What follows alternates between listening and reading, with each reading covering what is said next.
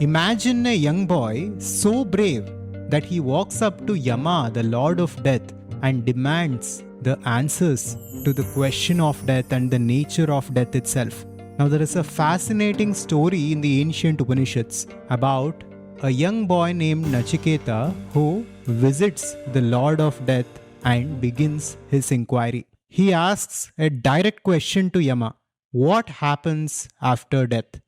That's what we will find out today. We will find answers to the question that haunts us in the hospital waiting rooms and in our midnight anxieties. Is death really the end? What if I lose everything that I am? And how can I get rid of fear forever? How can I transcend all fears, including the root fear of death forever? These are not any ordinary questions. They are the deepest human fears that have haunted us since the beginning of time. And here is what most people don't realize. This fear is not a weakness. It is a profound invitation for us to discover the truth about life and who we are in our essence. And by the end of the video, I will reveal a radical perspective that will change your perspective on death forever. A perspective that is rooted in the ancient wisdom, which was known by the ancient rishis for thousands of years, but has been hidden from the mainstream understanding. So make sure to watch this video till the end to uncover the true secret of death and to discover how you can transcend the fear of death forever. Let's start with part 1, which is the prison. That is the fear of death. Imagine waking up in the middle of the night at 2 a.m. and fearing about what happens if I cease to exist. What happens if I die? Now, each and every one of us who are here, who is watching this, will have gone through the fear of death one time or another. Modern psychology suggests that all fears are rooted in the fundamental fear of death. From our earliest evolutionary history, our brains developed an intricate warning system designed with one primary goal, that is to keep us alive. This survival mechanism served our ancestors well, triggering the fight or flight response when predators attacked us or when other dangers threatened. The fear of death became our brain's ultimate protective function, a biological mechanism encoded into our very cells. But what has happened is, in this modern world, our brain and this survival mechanism that is built into us because of the process of evolution is no longer working in our favor. In this modern world, there are no predators in general who are waiting to kill us. But still, our brain and our survival mechanism is behaving in the same ancient way.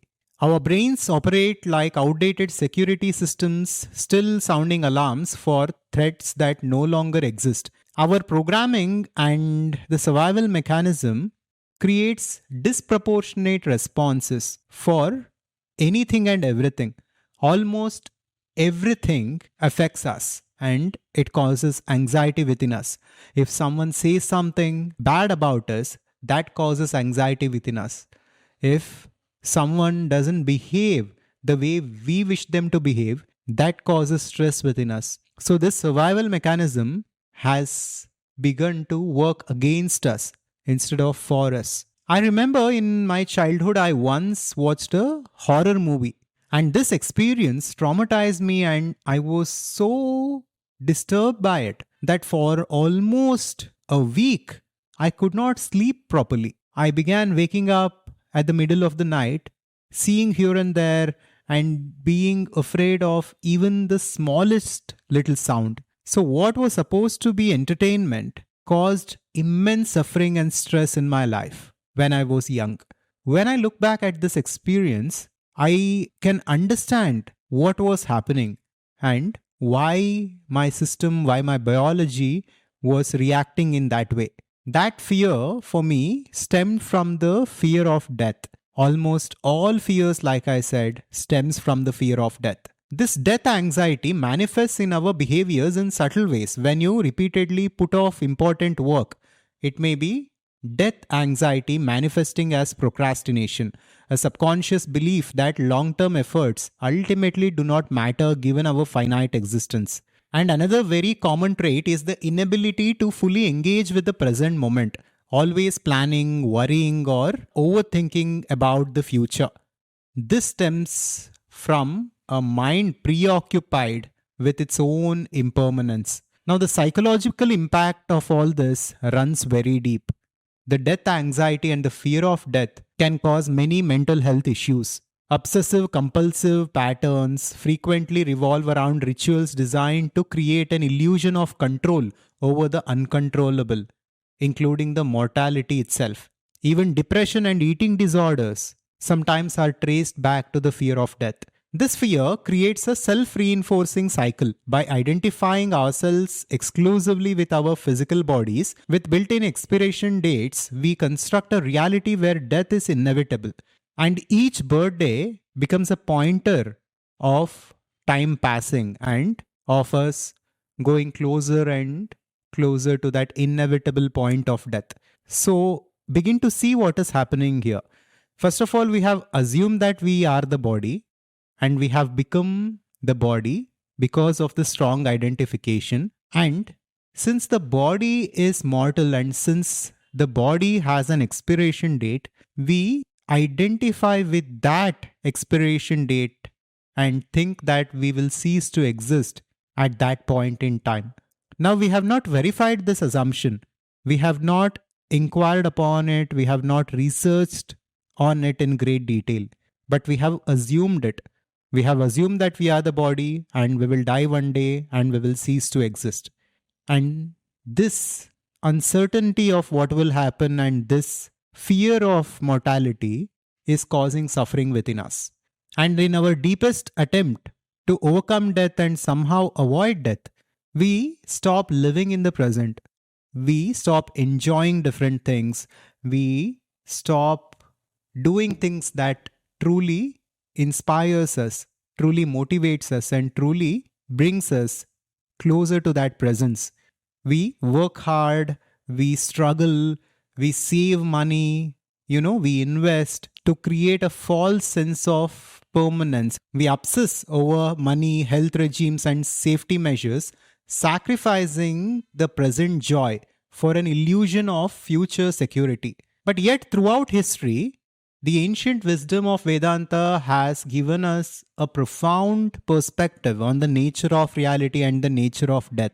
Vedanta asks us, what if the fear of death that you are so encapsulated by and that you are so identified with is simply because of a fundamental misidentification of who you truly are? Vedanta asks us, have you ever inquired who you are? Have you inquired the nature of the body, the nature of the mind, and the nature of consciousness? Or have you simply assumed that you are the body because of your conditioning or because of your unconscious identity? What if the part of us that fears death is not actually who we truly are? Now, this question takes us to the depth of Vedanta and it begins to open up for us the truth about existence. Now, if you have ever played a video game, sometimes what happens is we are so immersed in the game, we are so involved with the game, and we are so attached to the character within the game that we begin to experience the game as though it is real. When we level up within the game, we actually feel happy. We genuinely experience that temporary happiness. When we get points in the game, we get that sense of excitement. And when we are about to face an obstacle within the game, we actually experience fear. And at some point, when inevitably the point of death comes to that character within the game, we are actually scared because we identify ourselves with that character within the game. Now, what if the same thing has happened for us even in real life? What if we are something which has identified itself with the body mind and experiencing this game of life and Now, since it is so involved and immersed in the game, it has simply forgot who it truly is, who it truly was, and is now fearing its illusory death. With this, let's come to the next part, that is the eternal witness. Beyond the psychological reframing of death lies an even more revolutionary proposition from Vedantic wisdom. The true essence of you, who is watching this video right now and who's listening to these words right now, is the consciousness itself. Vedanta offers a radical perspective. It states that you are not the body, you are not the mind, you are not even the thoughts. You're something that is far more profound, a reality that is beyond time, space, forms, and all limitations, that which was never born and that which will never die. This infinite, boundless consciousness that the Upanishads calls Brahman is temporarily experiencing this body in this limited expression that we call the universe. And this is just like a game that we are playing, which will be over soon. But the essence of us, who we truly are, was never here and will never die. This extraordinary claim can be traced back to Bhagavad Gita itself, one of the most revered texts in the Vedantic tradition. In chapter 2, verse 24, Sri Krishna says about the Atman, or the true self of all of us. The Atman cannot be cut, cannot be burnt, cannot be wetted, and also cannot be dried up. It is eternal, all pervading, firm, immovable, and ancient. Here, Sri Krishna addresses all five elements, the five fundamental elements or Panchabhutas that makes up our physical bodies. And Krishna says that we are beyond all this and we are eternal, permanent, and ancient. The Atman transcends earth. It cannot be cut. It transcends water. It cannot be wetted. It transcends fire. Cannot be burnt. It transcends air. It cannot be dried. And it transcends space or ether.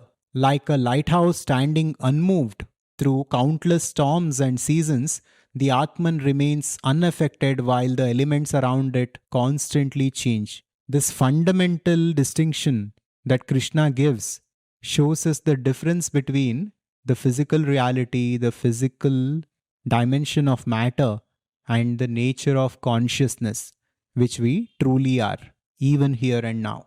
Unlike the body, the Atman is not a composite entity. It was not created by putting together different things. It was not manufactured. So, it neither can break down. It is simply the essence, the existence, the consciousness itself, which was there even before the universe appeared in it. Vedanta describes the self as Nitya, eternal, Sarvagata, all-pervading, Sthanu, firm, Achala, immovable, and Sanatana, primordial, each descriptor pointing to existence beyond physical limitations.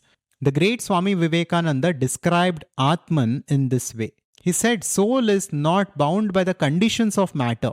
In its very essence, it is free, unbounded, holy, pure, and perfect. And not only this, we must look at death and we must understand reality at various dimensions. We until now understood the Sthula Sharira, the physical body, and the fear of death is primarily associated with the physical body. Now let's understand Sukshma Sharira, or the subtle body. Bhagavad Gita 2nd chapter's 22nd verse says, just as a person casts off worn out garments and puts on new ones, so does the embodied self cast off worn out bodies and enters others that are new. This comparison transforms our understanding of death from an end to a transition, a change of garment rather than an annihilation of the wearer. Now here we need to understand the three bodies that are associated with each of us and the Atman that is beyond all this. This framework is known as Shariratraya Viveka in Vedanta. At first there is the physical body which you can see and touch and feel, which dies, which comes to an end at the end of our life. And this body is burnt or buried but then we move on. That dimension of us, that aspect of us which moves on to the next physical body is called the subtle body or Sukshma Sharira. This is nothing but the mind along with prana that moves on to the next physical body. So forget about our Atman, our true self, not having death. Even the ego and the Sukshma Sharira does not die when the body dies. We simply move on to the next experience and to the next body. This is as per Bhagavad Gita. Now, when we believe that we are the physical body, its dissolution becomes our extinction and we fear it. And if we think that we are the mind, even then we are afraid because the mind is limited and it is not eternal. But as per Vedanta, we are not the physical body, the Sthula Sharira, or the subtle body, the Sukshma Sharira, or the Karana Sharira, or the causal body, which holds a deep seed of ignorance and identification, because of which we are experiencing this individual perspective. But beyond all this, we are the Atman, the pure consciousness, the pure existence, and this is where there is absolute peace, fulfillment, and joy, and this is where there is absolute liberation from fear forever. While thoughts, emotions, and physical conditions transform, the awareness, the presence, the witness, perceiving them and witnessing them remains constant. So, this is the profound truth of Vedanta. The real us, the real self, the real Atman is the eternal witness to everything. It is the eternal witness to all experiences, all happening, and it is the eternal witness to this universe itself. This completely reverses the traditional understanding of who we are. Rather than being a physical entity possessing consciousness, we are consciousness itself, temporarily experiencing the body. We are not the car but the driver. Bhagavad Gita clearly says we were never born and we never die. Birth and death apply only to the physical body, to the vehicle, not to the consciousness. Now let's come to the final part, that is the illusion of separation. Now just think about what is happening to you as you are watching this video. As you are watching this video, different cells within you are regenerating and are dying. So much in your physical body has changed just in the last few minutes, and the environment around you has changed. Nothing remains same in this physical world. But yet, something within you which was the witness, which is the witness and which will be the witness, continues to be the same. That witness of this video, the witness of my words, is that same witness which was there a few minutes ago, and this will continue to be the same for eternity. So Vedanta says you are not the body nor the mind, but this eternal witness itself. And if you think about it, this witness has remained constant throughout your life. When you were young, when you went to school, this witness was there. When you got married, this witness was there. And when you will eventually die as the physical body, this witness will continue